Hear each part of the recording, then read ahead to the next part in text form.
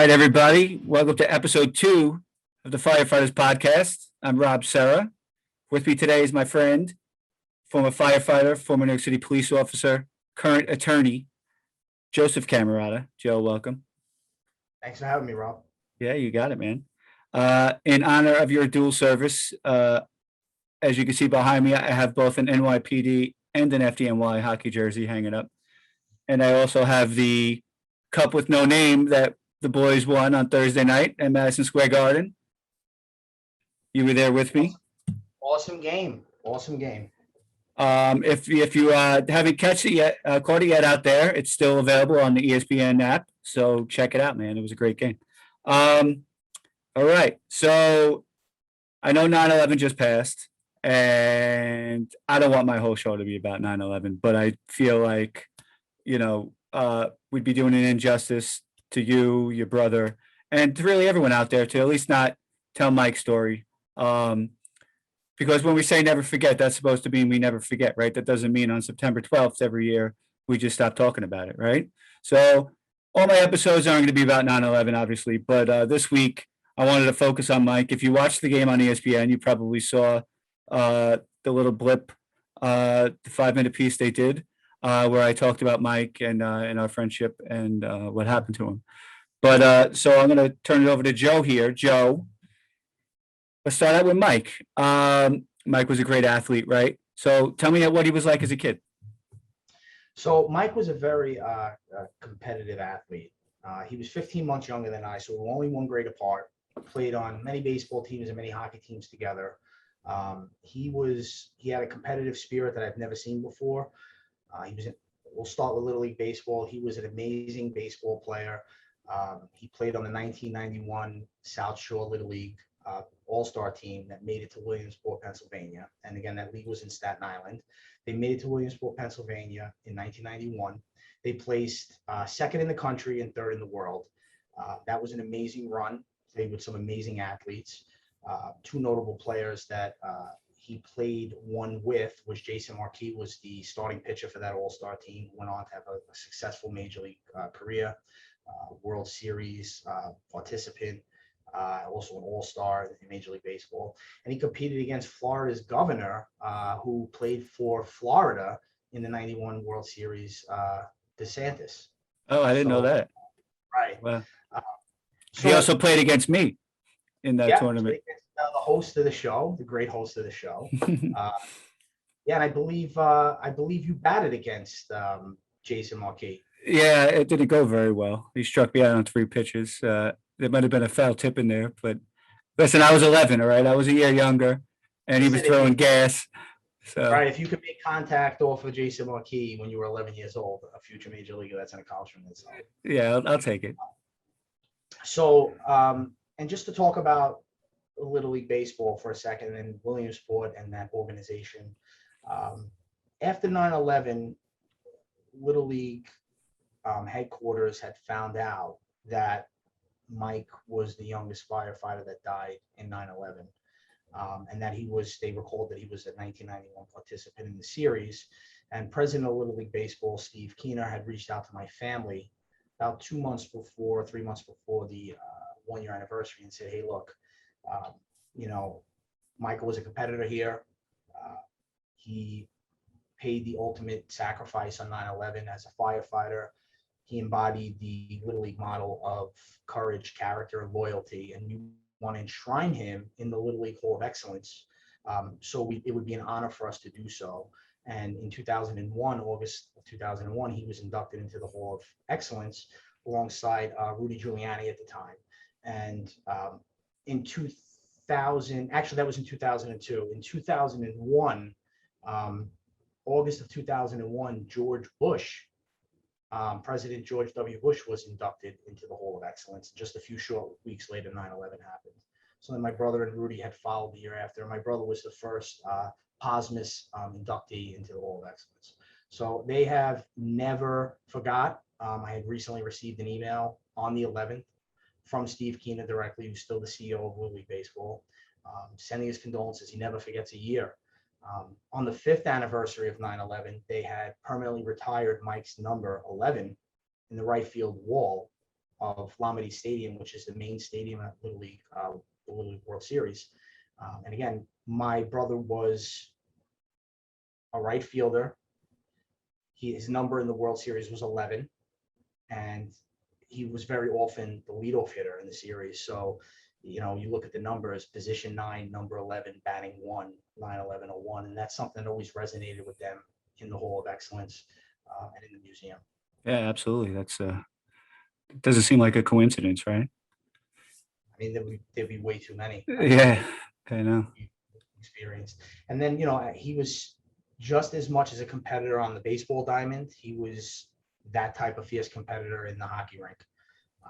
You know, going throughout the years, you know, and I know you had played with Mike on the Shark team that won the gold in Lake Placid, where essentially 1980 U.S. Olympic team went on to win the gold, and they beat Russia as well. Our new friend Mike Eruzione scored the game-winning goal, and the other night on Thursday night, we made your son, who's also named Mike, the honorary captain of the FDNY, and he got to drop the puck with Captain Mike Eruzione, which was pretty cool, right? That was an amazing night. Total gentleman. You know, my son, the fire department, and I got to thank you, Rob. You know, you were a leading cause of why Mike became an honorary member of the team. You know, you and Mike were both set to try out on September 11, 2001. My brother was working that morning, and being that he was a new probationary firefighter, only in the firehouse about 8 or 9 weeks, he decided, hey, I'll make the next hockey tryout. I don't want to ask for the time off, although without a doubt, you and I both know they would have gave him the day off for the hockey team, and he would have made that shift up another day. But he decided to work, and that, you know, that pulled him into the trade center. And again, thank you again for many years later, always remembering Mike, making him an honorary member of the team, remembering us on the 20th anniversary, you and the hockey team, making my son Michael, who is 10 years old, the honorary captain of the FDNY hockey team on the 20th anniversary game in front of a sold-out Madison Square Garden arena. You know, my son is very in touch with what happened that day. He always wonders about his uncle. You know, he always wants to know more. And, you know, that day really gave him an insight into who he was, you know, to see his uncle on the Jumbotron telling his story, to see you and him winning in Lake Placid and playing together, to hear your words about the kind of competitor that Mike was and what it would have meant for him to be on the team. My son is still talking about it days later and has asked me, Dad, when are we doing that again? You know, I mean, so meet Mike Eruzione, who was such a pivotal part of the 1980 team when there was a Cold War between the U.S. and the USSR, and to have pulled off a miracle. It was that day, you know, to have him there to drop the puck and to be a part of that ceremony and what that game really meant. It was not just a hockey game, you know. I mean, I know it's a game that's been played since the 60s or the 70s, over 40 years. That was a game to say, hey, we never forget. It's 20 years later. We're not forgetting the 343 firefighters, 23 police officers, 37 Port Authority, and almost 3,000 civilians that died that day. We're always going to remember, and to have myself in attendance, my son in attendance, my dad in attendance. It was an amazing thing, and we got to thank you for that. Always remembering. Thank you. Well, yeah, I mean, one of my lasting memories is Mike was a big reason why I was going to try out that day in the first place, because I didn't know anybody, and I hadn't, you know, I've talked about it before, but I took some time off from hockey after my mother passed, and the only reason I was going is because I was planning on meeting Mike there. You know, I was like, at least I'm going to know somebody. He obviously would have made the team. So yeah, I think, how could we not? You know,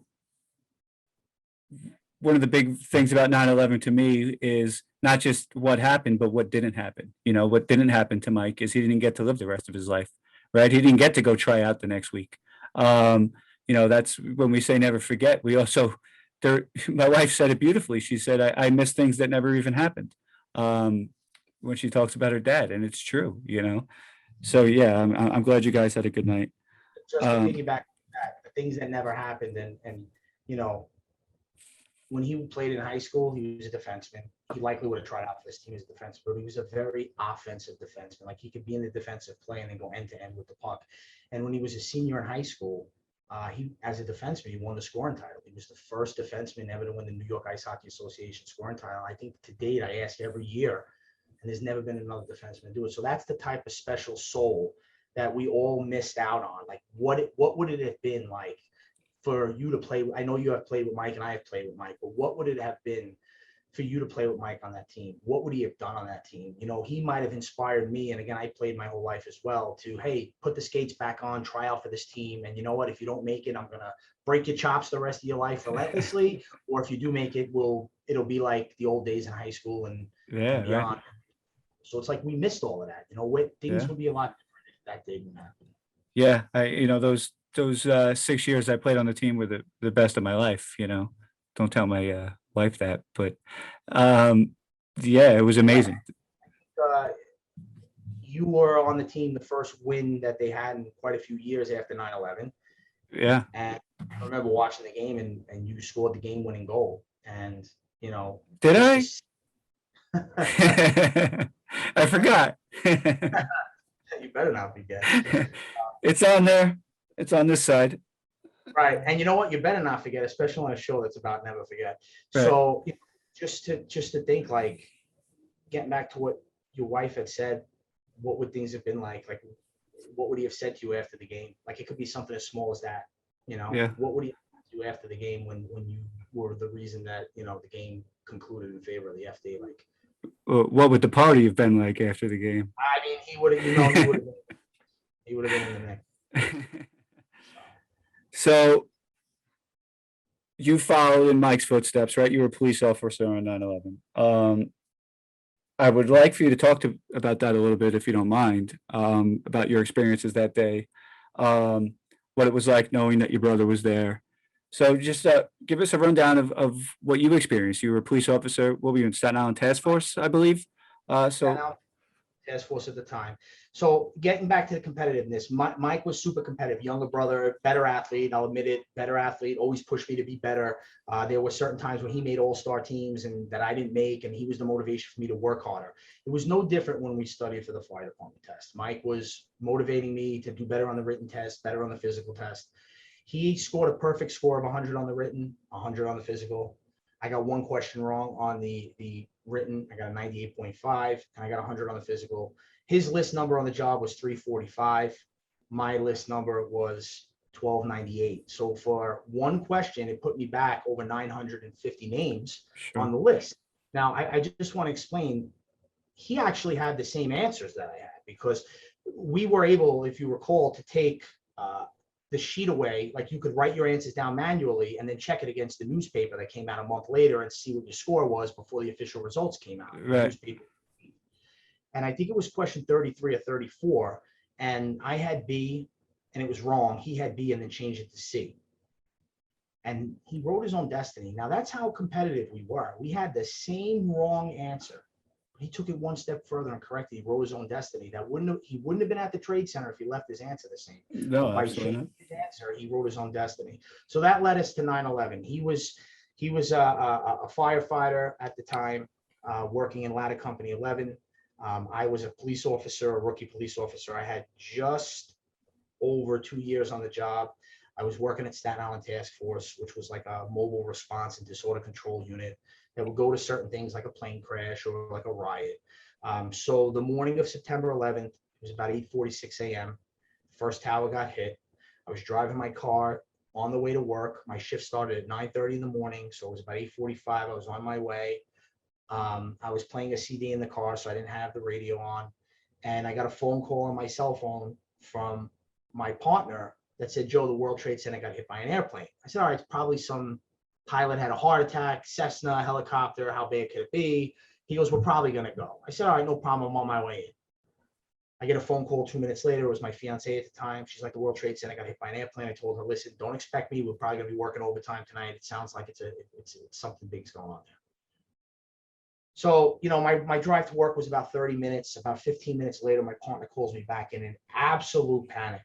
"Joe, the World Trade Center got hit by a second airplane." I'm watching the two buildings on fire. And Staten Island Task Force, our unit was directly across the Hudson on the Staten Island side. So we had a clear, unobstructed view of the tower. So I remember pulling in the parking lot and seeing these buildings on fire and running, and everything was in slow motion. He was just staring out there like a zombie, like what is happening? So we all got dressed. We headed over to the Staten Island ferry because bridges were closed, roadways were closed, tunnels were Yep. closed, all access into Manhattan. And we would have to go through Staten Island to Brooklyn into Manhattan. Our captain said, we're heading to the ferry. We'll take the boat over, put all the cop cars, any EMS, any fire personnel, any fire equipment, and we're just going to go across. So we were packed shoulder to shoulder on that boat, EMS, fire, police, civilians, anybody that could help. And we started to head over. And as we started to head over, it's a 5-mile journey between Staten Island and Manhattan. And as we were about halfway, it was a beautiful day. It was crystal clear. You see the two towers on fire. As soon as we made it to about the halfway point, one of the towers was just gone. So we didn't see it, as all the people who may have been tuning into TV who saw the building come down like this. Right. It was two buildings, and all of a sudden one was gone. We're like, what's happening here? And at that moment, I knew Mike was a rookie fireman. He was working that day. And I don't know if it was a brotherly instinct, but I knew at that point he was gone. And, Mike and I looked very much alike, although he was the better looking kind, that's the better looking one, everybody will say. We looked very much alike. We had the same friends. We were very close in age. People referred to us that we were twins. So when I looked out at the World Trade Center of what people referred to as the Twin Towers, and I seen that first tower fall, it was almost an awakening or something that my brother, my twin, had felt at the same time, and I just knew he was gone. So that morning, he was working a lot of Company 11. He was in with Engine 28, Ladder 11. I believe Engine 28 responded to the World Trade Center at 8:55 a.m. Ladder 11 didn't respond till the second or first, fifth alarm, which was at 9:08 in the morning. At 8:55 in the morning, my brother called my father. And as we all know, cell phones were not working in the area. Nothing could get through, but he got the voicemail from the landline in the firehouse. And he said, Dad, the World Trade Center got hit by an airplane. Tell everybody on my right, we're going to be going. And that was at 8:55. At 9:08, his company got dispatched. So by the time he got dispatched at 9:08, that was 5 minutes after the second tower, my brother had known, just like you have known, I'm sure, and everybody else had known, that America was under attack. And, I had thoughts in my mind on the ferry, is there more planes coming? Are we going to get there? And is it going to be, are there more buildings that are going to get hit? So, we're heading across, and then the ferry boat captain, about halfway after the first building came down, the ferry boat captain decided, I'm going to stop the ferry. I don't know if it's safe to pull into Manhattan. I don't know what's going on. I don't know if the ferry terminal is even operable at this point, because it was pretty close proximity to the World Trade Center, although it was unlikely it was damaged. He didn't know. He erred on the side of caution. And again, my captain had ran up there, members of police, member of fire, members of EMS, as you can understand, were like, wanted to get there. We wanted to go. And as the 2 minutes, 4 minutes, 6 minutes, 10 minutes, now it starts getting into now it's like a little mob is forming, like, move this boat, let's get to the Trade Center. It wasn't until about 10 or 15 minutes after that the boat started to go. And then we ended up getting into Manhattan, pulling off in our vans and cop cars and emergency vehicles. And we made the left to go to the World Trade Center. And that's when World Trade, the North Tower, had collapsed. And when the North Tower had collapsed, it was 10:28 in the morning. We were there, but we were obstructed from getting there. And, we had an assignment, and my captain, we were going to the base of the World Trade Center to see where we were needed. And it wasn't until a couple of years later when I started to think about the scenario. If that ferry boat captain didn't stop that boat, my parents may have had 2 funerals, one for each son. And, Absolutely, right, because you guys had to hear the chatter on the radio, or the screaming and the reports of what was going on. Had to be frustrating. we were all at that point, we were directed to tune into off the Staten Island channel and into Citywide. And Citywide was all the police communications that were going on Citywide, which was everybody stay off the air except what's going on at the World Trade Center.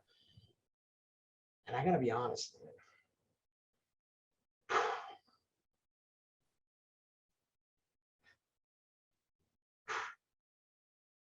Moira Smith was the female police officer that was killed, the only female police officer killed that day. When that first building came down, we heard Moira Smith trapped and gasping for air and incoherent and asking for help. And nobody could help her. And she eventually died. So to hear that, and then to hear other cops when the towers were coming down, screaming at the top of their lungs that the towers were coming down, was something that was something I never want to relive ever again. And you know, it's got to be talked about, but it was definitely a tough thing. And, you know, and at that point I just knew, you know, he was gonna be gone. Yeah, that'd be tough to hear on the radio. So you stayed there for the rest of the day, or did your boss figure out what happened to your brother and kind of pull you to the side, or? Right. So, you know, what we all saw on TV, and again, I know you were there, so this doesn't apply to you, but what most people saw on TV who weren't down there, it was a lot different than what it was down there. You know, we were originally trying to find our way to the Trade Center, but the way that those buildings had fallen, it created like a debris field of like a circular or rectangular debris field that you couldn't really get to the site. So, you know, at that point, we were directed by chiefs and commissioners to, there's a staging area under the Manhattan Bridge. You're going to stage there until we tell you what we need to do, until we figure out what we need to do. And that was a couple of hours going by, and I was trying to reach my brother. I was trying to reach my parents. You couldn't get through to anybody, and I'm knowing things are not okay. And I remember there was a path mark there, and we were told to go into path mark and just take everything that you think could be utilized up there. And there were just shopping carts going in and taking supplies, loading up the vans and just waiting. And then it got to a point where I couldn't wait no more. And I told my captain, like, I need to go up there. My brother's up there, is missing. I haven't heard from him. He was like, wait, this is direct order. We need to stay here. We're going to eventually get there. We're going to do our part. We're going to get there. We tried to, you know, we can't get there. We're waiting to figure out what's going to go on. And I just was like, listen, I'm going. He said, if you go, you're suspended. I said, honestly, you have to do what you have to do, but so do I. I took off my badge. I took off my shirt. I took off my gun belt, and I made my way up to the World Trade Center site. And I went with and my partner, Jerome Crimmy, at the time. He was begging to come with me. The captain's like, he can go, but you're definitely suspended. If he goes alone. And then the Staten Island trustee, Richie Rodriguez, had went up there with me, and we were climbing over debris, and we couldn't see. It was snowing in our eyes. It was burning our eyes. We couldn't breathe. We had no masks. Every time we were breathing, it felt like razor blades going in our lungs. And it was somewhere around like 5:30 at night. We were across from World Trade Center 7, and there were huddles of firemen all over the place, just like off-duty guys. You were probably in one of the huddles. I couldn't even tell who was there. There were so many firemen trying to huddle. And I just remember seeing the destruction, burning cop cars, crushed fire trucks, flipped over fire trucks, EMS vehicles on fire, sludge, the soot developed into sludge that was, you know, 8 to 10 inches deep, fire hydrants broken, water all over the place, snowing. And I remember hearing the sounds muffled under the debris of the pass alarms, and the pass alarms are attached to the Scott pack, and the Scott pack is the fireman's air supply, which it's likely a 45-minute pack, but it's really only like 20 minutes or 22 minutes of air. And if you remain motionless, you would hear a slow screeching, building up until it's a full out screech and an alarm. And I remember hearing hundreds of those muffled deep under the debris. And I just remember thinking to myself, that indicated hundreds of rescue workers trapped and dead. And I was walking around to these huddles. Has anybody seen engine 28 ladder 11? Has anybody seen Mike Cammarata? Where's ladder 11? Where's engine 28? No, people just looking at me like, nobody has any idea what's happening right now. You know, it was fear that there was over 1,000 firemen that were killed. And I just remember this one old fireman. He had to be retired. It looked like his bunker gear. He had like the jean bunker gear from like 70s or 80s. He came out of, you know, retirement to head down and help. And I just remember him saying, like, this is a grave situation and nobody's going to make it. And I remember another fireman saying, this building here is going to come down, and it was World Trade 7. And I'm not kidding with you.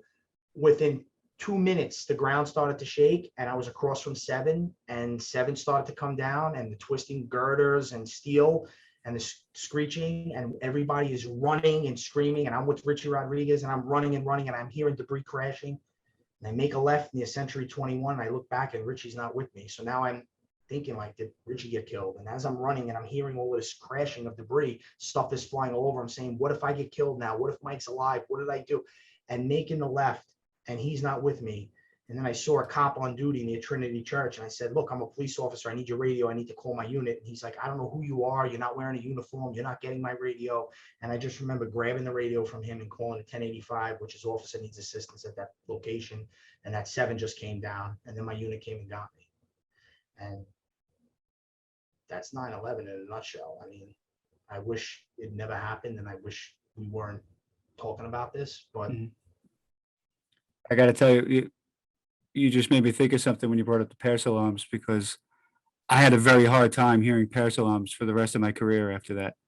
It just brought me right back there, because that's all we heard for days, right? Until the batteries died. Those things went off, it seemed like forever.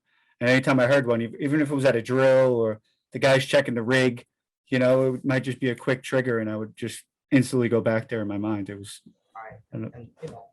And I know we're still dealing with some of the physical effects after 9/11, 20 years later, and for many, many years to come, but like the mental effects are just as important. And, to even sit here and think about it, or, when I went on to the job, 9/11 happens, and then I went over to FD in January of 2002. I remember even being in the fire academy, hearing it, learning about these pass alarms, learning about these things. And it's just like, it pulls you right back, and then you could start thinking about it. You could start smelling what it was like down there. You could start thinking about what happened down there. It's a tough thing to deal with. What about when you started going to fires? I always want to ask you this question. When you went to your first real job, when you're on your way there and you're hearing fire blowing out the windows on the radio, maybe you got the nozzle and you're getting all pumped up. Was there any hesitation? Like, did you think of Mike at all? Were you like, oh shit, or did you just get in the zone? I didn't have hesitation, because I knew other people were relying on me, and I was a lot younger than I am now. And, I just wanted to get in there and do what I had to do. But, sometimes, I believe my first company I went to, nozzle would sit, the rigs would be 5-man, 6-man, 6 seats, right? Two, the chauffeur and the lieutenant, and then in the back compartment there was 2 seats on each side. And when we were 5-man engines, there used to be 5, but I had went to a 4-man engine at the time. And then there was my first nozzle job, I was on the side by myself. And I remember they were like knocking, like as we were going, it was like, came over, phone alarm, multiple phone alarms, fire at this location. I had the nozzle. They're knocking on the window in between the divider, in between the front and the back, saying, right, we see smoke, we smell smoke, we got a job. And I see your face, and you know what I'm talking about. You know that feeling. You just know. And I remember looking across and seeing an empty seat, thinking my brother is sitting there right now. Get up and he's gonna get my back. And that's what it was about. And then it was, I did between police and fire about 6.5 years on the job, and I did about 4 as fire. And I could tell you this, every time we went, and every time, every fireman knows the difference when a fire truck goes down the block, whether it's going to an EMS run or going to a car accident. You could tell by the sirens and the horns what type of job it is or what type of urgency is behind it. But when you hear those horns blaring incessantly, you know that it's a fire. And coincidentally, to this day, my law office is down the block from Squad 8, and every now and again you hear them going out, and I could tell when they go out and they're blaring the horns what they're going to, and it pulls you back. It pulls you back to the days of being on the job and the days of 9/11. Absolutely. I think that's something that goes through all of our minds when we hear the sirens go by, especially during the pandemic, when it seemed like it was nonstop, right? It was like, where I was in Staten Island, it was all day long, sirens going by. You couldn't hear anything else. There was nobody else on the road except right. Yeah, and from my house, I could hear the tone alarms going off at the firehouse down the block. Right. Which crazy. You would have never heard if there was no pandemic, right? Right, because there'd be traffic, the schools would be full of kids, and whatever else happens in Staten Island. All right. But uh, but yeah, man. But I gotta say, the fact that you still took the job after what happened to Mike says a lot about you and your character. I Um, appreciate. you know, you may So, not. yeah. Go ahead, man. I don't want to cut you off.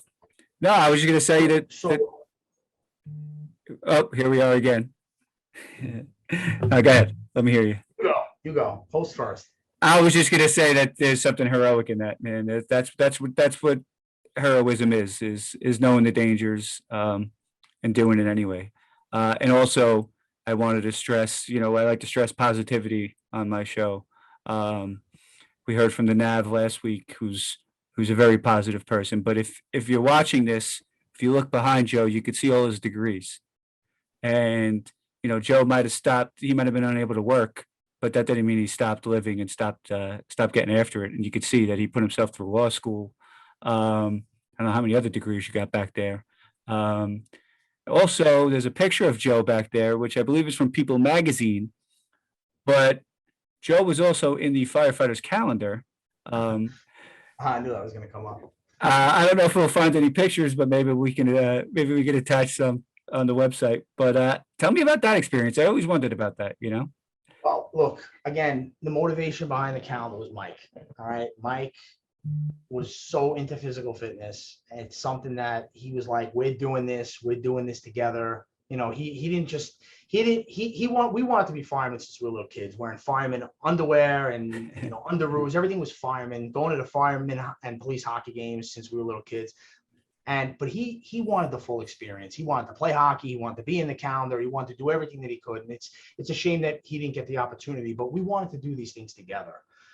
So one of the things was I did it in honor of him. And quite frankly, I was totally out of shape when I went in the fire academy after 9/11, sitting home, waiting for the phone calls. The police department assigned me to my family so I could be with them.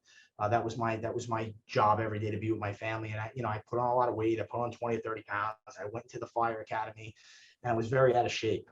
And I remember in the fire academy, those instructors who knew my brother very well and how physically fit it was, they didn't even pull me to the side. They said it in front of 150 other people in the academy.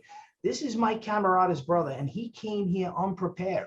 And they didn't do it in a malice way. They did it in a way to motivate me. And they said his brother was one of the most fit candidates and took it the most serious. And I took it to heart. And let me tell you something, that motivated me to get in shape. And, the fire department has two slogans. One slogan is fitness for life. The other slogan is let no man's ghost come back to say my training let me down. And I took both of those very serious when they told me that. And in honor of my brother, I got back into shape and I lived with the regimen of eating right and sticking to the muscular endurance exercises. And I said, you know what? I'm going to do it. Because if he couldn't do it, I'm going to do it for him. I'm going to do it for us.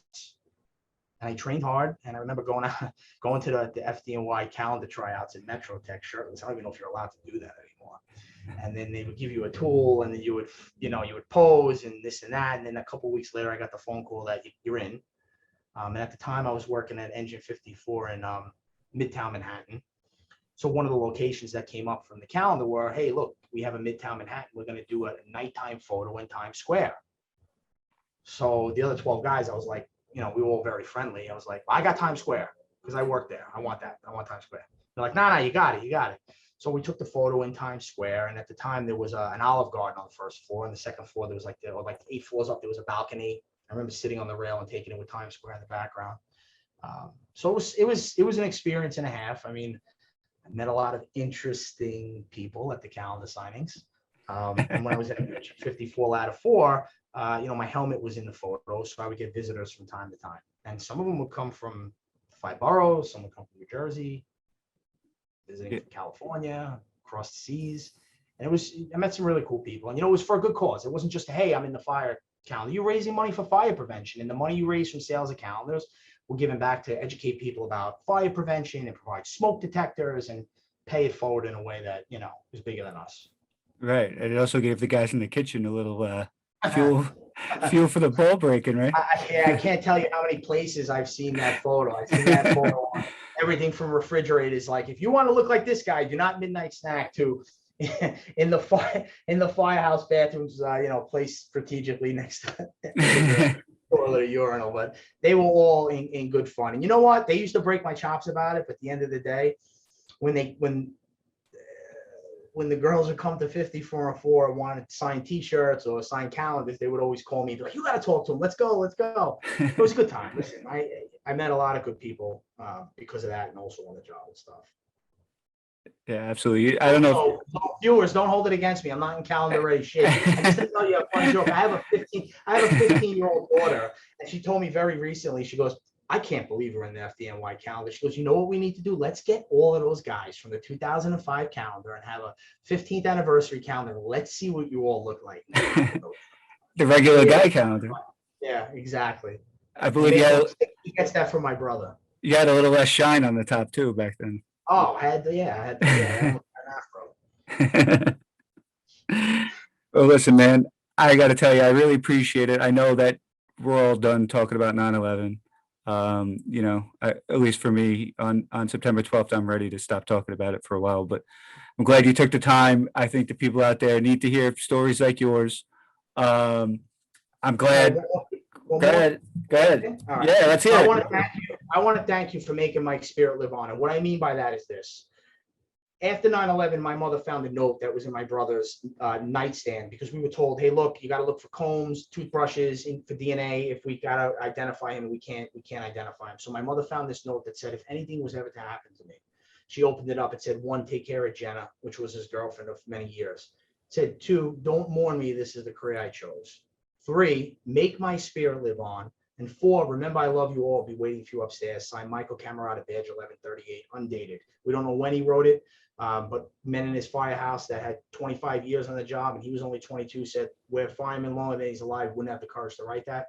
But the most important thing that became my life mission was making a spirit live on, running into people like you who knew Mike, who have this podcast. You've always done the right thing by my family. You've always helped make his spirit live on. I want to thank you for that. And all the viewers out there that are listening, and if you could tell the story about Mike and tell the story about 9/11, you're helping his last wish to make his spirit live on.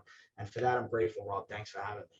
Yeah, man. And you can look up stories about Mike. Maybe we'll share the link. I know ESPN did a great story about his Little League World Series. There's also the link from the game. And I might be putting up some other videos from Thursday night for the people to check out. Awesome. But yeah, man, it sucks what happened to Mike. But one good thing that came out of it is you and I got to be good friends. So, if you're looking for positivity, it's hard to find it in a day like 9/11, but good things can come out of bad things also. Without a doubt. So thanks, dude. I don't want to take up any much more of your time, but check out Joe. Joe also has a book he wrote about Mike called The Face of Courage. You can check that out. And we'll bring Joe back on sometime soon, all right? All right. Thanks for having me, Rob. All right. Thanks, Joe. All right. Bye-bye.